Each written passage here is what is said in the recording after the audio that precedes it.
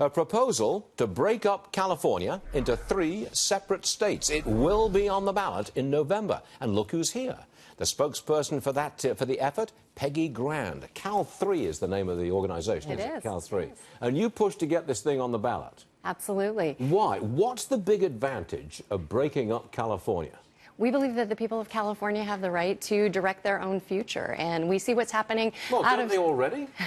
Well, if you look at what's happening out of Sacramento, it's very much against the will of the people. We have failing schools, we have crumbling infrastructure, we're taking in record taxes in Sacramento, and yet it's not coming down to the people of California. Then you have to assume that if you do break it up into 3, there will be different politics in those 3, because it is politics which is stopping California breaking out of the mold of tax and spend.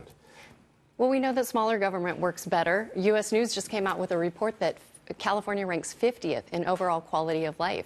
So we know that smaller states are doing it better, and the people of California are demanding a chance to say we want a different direction for the future. We are not accepting failing schools and crumbling infrastructure, and we want something better. Let's suppose that it happened, and you got 3 different states.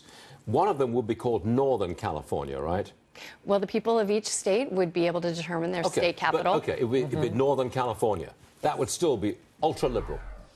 Perhaps, but this is a bipartisan. Probably. Perhaps, okay. Yeah. The next one would be it's called California. That would be the California, right. A thin sliver down near the coastline. Yeah, 6 counties. That would be uber-liberal. Right. Wouldn't it? It probably would be.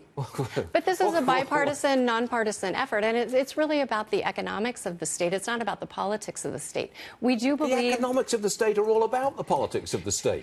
Well, we do believe that we will have greater political influence because right now we have 2 senators, and we are an electoral assumption. And if you break up the state, all of a sudden, we become electorally in play. Wait a minute. You're asking me to accept 6 senators from California, at least 4 of whom would be uber-liberal. I don't call that progress. Well, it's greater representation for the people, and this is what it's all about. We want to make sure that the people of California have a voice. This is going to come, a vote for Cal 3 is going to come from people like me, born and raised in Southern California, who love California, who want to stay there, who want an opportunity for our children to stay there. Right now, I have 4 kids. 2 of them have already left the state. There's no opportunity there, and so a vote is going to come for this from people who do love California and want it to be a place that we can stay, that we can recruit and retain businesses and families and individuals to come.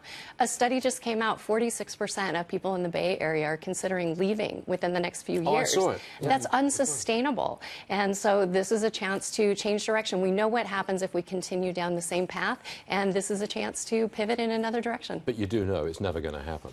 We'll see. I'll be happy to come back in and talk with you about it. In 10 or 20 years, we'll say, Peggy, thank you so much for being here. Thank you so much for having me.